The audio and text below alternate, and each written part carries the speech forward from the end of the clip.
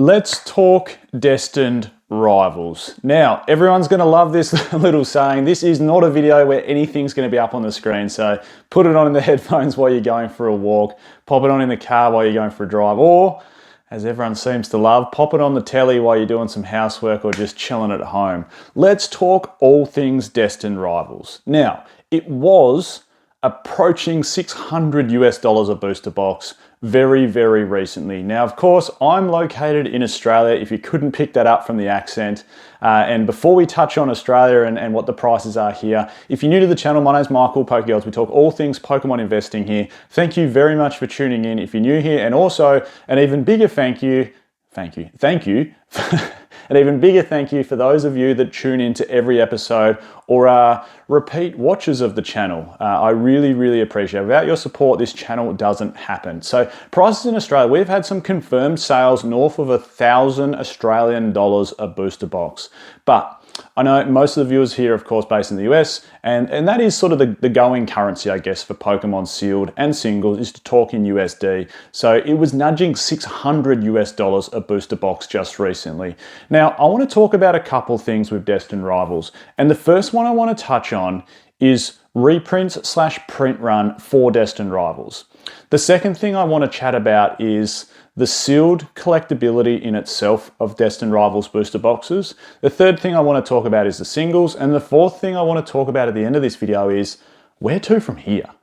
Like, we have not seen a set go as insanely, astronomically up in price in terms of a sealed product of what we have for Destined Rivals. And it almost blows a lot of equations, particularly ones that I work off, out of the water. So let's touch on all that.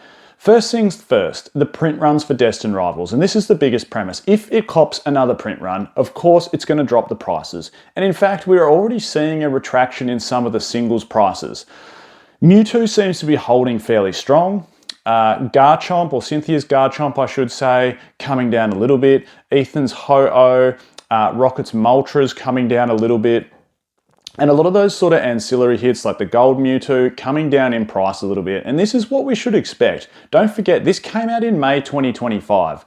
It's not like it came out a couple of months ago. Although it might feel like it came out a couple of months ago, it didn't. It came out in May 2025. So in fact, in a couple of months, it's going to be a year old.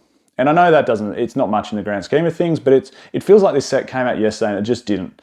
And this is what always happens. And look, I don't know what's going to happen with Phantasmal Flames Charizard. I maybe made some assumptions about that weren't 100% accurate, but you never know. Like, these cards, they were holding so strong for 6 months, and in fact, some of them were rising in price. And then all of a sudden we get Elite Trainer Box reprints or we get Booster Bundle reprints. And what happens is more supply of those singles hits the market. And that's what happens when, like, obviously with an increase of supply, we're going to see an increase in the chase cards. And as supply increases for the chase cards, unless demand follows suit with it, we're generally going to see a decrease in price over the first 6, 12, 18, sometimes even 24 months of when a set first comes out. Case in point, Prismatic Evolutions as well. All those singles held so strong. However, as it's been reprinted, and as more booster bundles come out, as more Elite Trainer boxes come out, we see those singles drop. Even though it felt like in the first 6 months, they never would have dropped.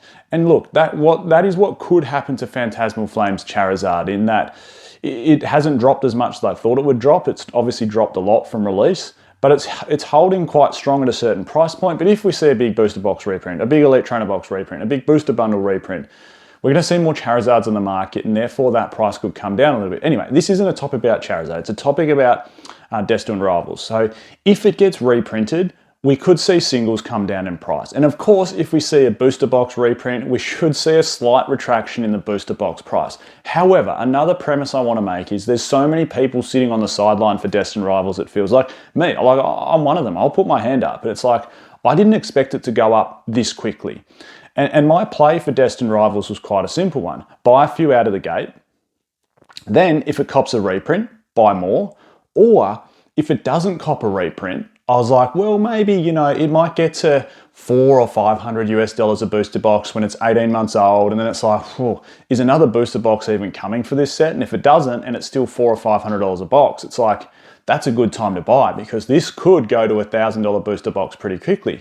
Now, that play that I was planning to make is sort of been blown out of the water, hasn't it? It's crazy how quickly this set has risen, which we'll talk about more towards the end of this video and what it means for the future.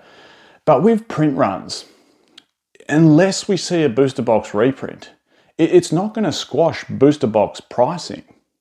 It's just, this set is, it's rewriting what it feels like it's rewriting the rule book for what it means for a sealed investment. It's just been absolutely insane. So I don't know if reprints are coming. Now on that, I've done a whole video on print runs for Destined Rivals. So I'm not going to re-go over the whole video, but very briefly, what I spoke about is we worked off how many Mewtwo's are being graded. And off that equation, we worked out, therefore, what the pull rates are, and therefore how many packs roughly would have been open for those that are graded versus, what has been graded across all major grading companies, PSA, Beckett, CGC, etc. We worked out that maybe, 20% of all those that have been pulled or 25% have been graded, whatever it might be. Therefore, there's another 75% hanging around. We worked out, basically I worked out how many packs, should have been in circulation so far. And then I worked out, of course, off the packs, how many cards should have been printed in circulation. What we worked out so far, before this new reprint of the booster bundles, that is that there was roughly 1 billion Destined Rivals cards being printed. And the Pokemon data suggests that in any given year, there might be somewhere like 6 to 8 billion cards getting printed. And if there's 6 sets a year, well, it sort of checks out that Destined Rivals has hit its quota for its print run for that year. And then obviously now with the booster bundle reprint, it's like, it feels short printed, but it's not. It feels short printed because the demand for this set is super strong, and also the demand for the booster boxes are super, super strong. Now, we're going to move on to the booster boxes now. Before we do those, I just wanted to give a quick shout out to today's video sponsor, which is of course the Collector app. If you don't have it, there'll be a link in the description to download it, where I predominantly get most of my data for looking at set analytics, how cards have been performing, what's been moving in the market, putting, of course, my whole collection in there for sealed products. I use Collector app. It is the #1 stop shop for doing all that. There is some really cool pro membership options on the Collector app, which give you access to more data across a longer time frame. And on there, it also gives you access to winning some of the amazing prizes that are on offer each month. So if you don't have the Collector app, I do urge you to download it. Again, there'll be a link in the description for that one. Now onto the booster box. What a meteoric rise the booster box has had. And if this tells us anything about sealed investing and booster box investing, it's just how popular it is. Like, it's taken it to another level. And look, I think there's a caveat on this, because back in the day, like if we look at Evolving Skies, everyone's going, oh, this has actually outpaced Evolving Skies across the first 9 months. And you're like, well, yes, it actually has. It has outpaced Evolving Skies after the first 9 months. But then it's like, has it comparatively? And here's what I mean by that. So when Evolving Skies got to $300 a booster box after, 9 to 12 months, everything else was sitting at like $100 a booster box. You could pick up Fusion Strike for 100, you could pick up Chilling Reign for 100, and these aren't bad sets. Even at the time, they might not been given the love that they deserve. Like, looking back, when Fusion Strike came out, not that many people loved it. Like, I wouldn't say people hated it. Everyone wanted that Gengar, of course. And the Espeon was like this second ancillary hit, and anything else in there was just seen as like extras. Like, the Mew and Mew VMAX were like $30 cards, and the Celebi was like an $18 card. Like, that wasn't seen as a stellar set. So what I'm getting at is, comparatively, how Evolving Skies outpaced everything else was strong. Destined Rivals has outpaced Evolving Skies in price. However, you've got to look at, there just aren't cheap booster boxes anymore. And that's the thing, like, compared to what its peers are doing, is it outpacing its peers at the same pace Evolving Skies is outpacing its peers? Are you getting what I'm trying to say? So if Fusion Strike was 100 and Evolving Skies got to 300 after 12 months, well, what's the cheapest booster box you can buy? Like, even Phantasmal's over $200 US. Even Scarlet and Violet Base is over $200. Even Stellar Crown is over $200 US. So sitting at $550 US, which is where it is at the moment, and it did nearly touch on $600. I don't know if there's any exact confirmed sales, but it was getting close to $600 there at some stage. It has pulled back just a little bit, the booster box price. Is it outpacing its peers at the same rate Evolving Skies is outpacing its peers? Because what you've got to remember is we are in a hotter market at the moment. The market is so hot. There is no such thing as a cheap booster box anymore. You can't get a 95 or $100 booster box anymore. Even the bad sets are sitting at $200 a booster box. And maybe that's just the new norm. Either way though, Evolving Skies compared to Destined Rivals is pacing super strong. We haven't seen a booster box perform this strong in a very long time. And unless it cops a reprint, in my opinion, that is not going to change. This is going to be the cheapest you can buy that booster box unless we see a reprint. And even if we do, let's say there's so many stores wanting access to Destined Rivals from distribution. So let's say we go to the top of the chain and it gets reprinted. Then it goes down to distribution, pass on to what was this size is now this size. So the amount of people wanting access or making accounts with distribution is just growing and growing and growing. Even in where I live, there's so many more places selling Pokemon cards that in the past didn't sell them. Why? Because the profit margins and the demand for them are so strong. News agencies, petrol stations, all these places that typically wouldn't have sold Pokemon cards now do. So the slice of the pie that everyone's getting is a lot smaller. And as a result, everything gets dispersed wider, and you can't have flash sales of someone competing against someone else because no one has that level of volume. And even if it does get reprinted, and like I said, it gets passed down that chain, that supply of booster boxes is going to get eaten up so much or so quickly. Like for example, if it's $550 a booster box now and it gets reprinted in a market where printing even current sets is very difficult. And let's say it drops it to $400. Imagine the demand if that happens.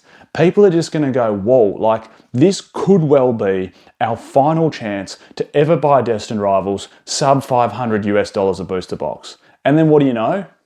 Bang. It's going to rebound so quickly. We've seen it before in multiple sets. And just to give you one example from Sword and Shield, we saw it with Lost Origin. Getting very close to hopping out of rotation, Lost Origin copped a reprint when Scarlet and Violet base and Silver Tempest copped reprints for booster boxes. And it dropped the price about probably $60-ish US, and all of a sudden, literally within a fortnight, bang. It had rebounded back up to its previous price, and then another fortnight later, bang, it was at an all-time high again. Why? Because people were like, this is the last time Lost Origin booster boxes are ever going to be reprinted. And the market then, when Scarlet and Violet base was out, and Paldea Evolved had been released, and Obsidian Flames had just come out, and then it just got a reprint, the market then wasn't all that strong. Trust me, it wasn't. For it to rebound that quickly, just imagine what Destined Rivals is going to do. Now, finally, I said I wanted to touch on the singles. This is an interesting one. I already talked about it a little bit at the start of this video, but obviously as more supply comes out, of course, those prices are going to drop. And it's like, total set value for this set isn't all that strong. And that's what's confusing me a little bit, because it's rewriting the rule books a little bit. The strength of the booster box price is outpacing and outperforming the total set value. And it shouldn't be like that yet.